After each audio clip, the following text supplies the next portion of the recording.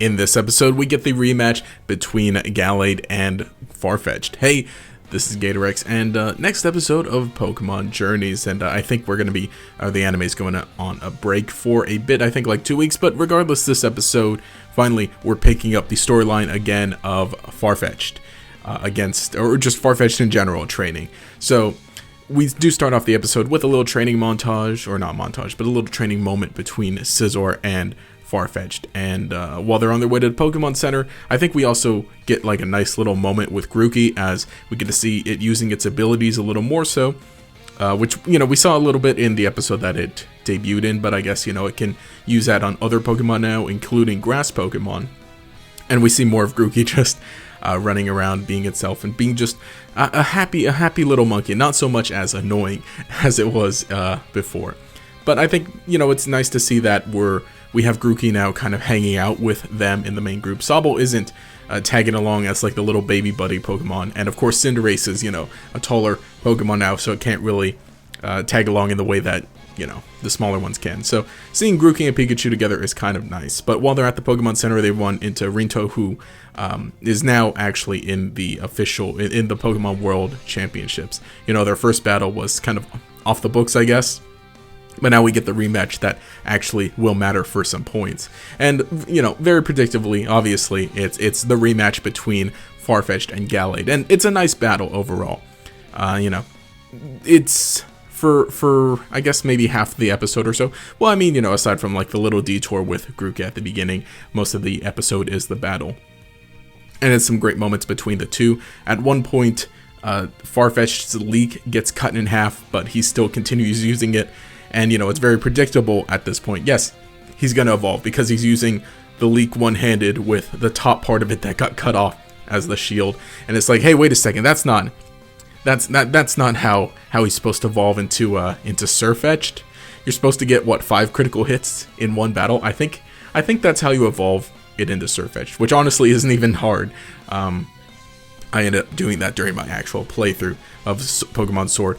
But, so it's kind of cool getting to see it utilize that. I guess in one way, sure. When it actually does end up evolving, it makes a little more sense instead of the leak growing and I guess splitting off into it, because, at least you see in the anime, he's already holding part of it that's like the shield. That's a real stinky looking leak, though. It's basically deep fried from all the Psycho Cuts and just battle in general. But, there's some more back and forth between them, and like I said, it's a good battle, and that's most of the episode. Of course, Rintu is still calling them inadequate, which, to a degree they kind of are. But of course, they come back in very Pokemon fashion during the battle. Farfetch'd does evolve into Sirfetch'd. But interesting thing, though, is that he is able to get the upper hand, after some more pep talk with Ash, and it's seeming like he's getting more hits on Gallade. So I suppose you could say that these hits that he's landing on Gallade are the critical hits. I didn't exactly count them, but it could be, the number of critical hits that you need to actually evolve Farfetch'd into Sirfetch'd. But during this battle, he actually evolves, and the evolution is kind of interesting because it seems a little different than I say other Pokemon evolutions. Obviously, he still glows blue, the sound effects play, but he kind of glows blue in a different way.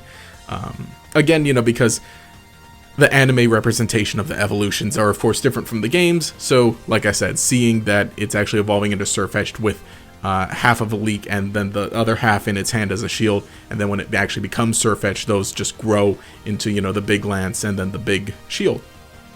But it's pretty cool. I like, the attitude change, I guess, which, is a visual thing with just regular Galarian Farfetch'd and Sirfetch'd. There's like visually differences between the two. One is like the drifting loner with a sword, and then one is the actual knight. So now seeing him actually evolve into that is pretty cool. And I guess, it also shows more of his development as he was able to get closer to Ash in a few episodes ago where they did their training. And so now seeing it visualized in a Pokemon like Sirfetch'd is pretty cool.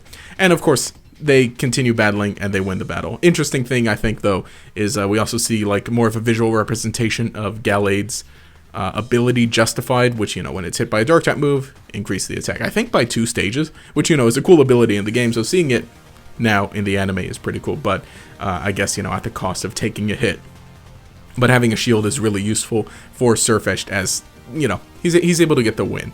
And I like, though, during this battle is, Rinto, not that he was being rude, but I guess he kind of was, just kind of as, even in the last episode that he was, or the episode that he was first introduced in, he was calling them inadequate, but, not necessarily telling them what they needed to do to improve. But seeing him kind of turn around now that he sees Sirfetch'd and Farfetch'd, we'll call him Sirfetch'd overall.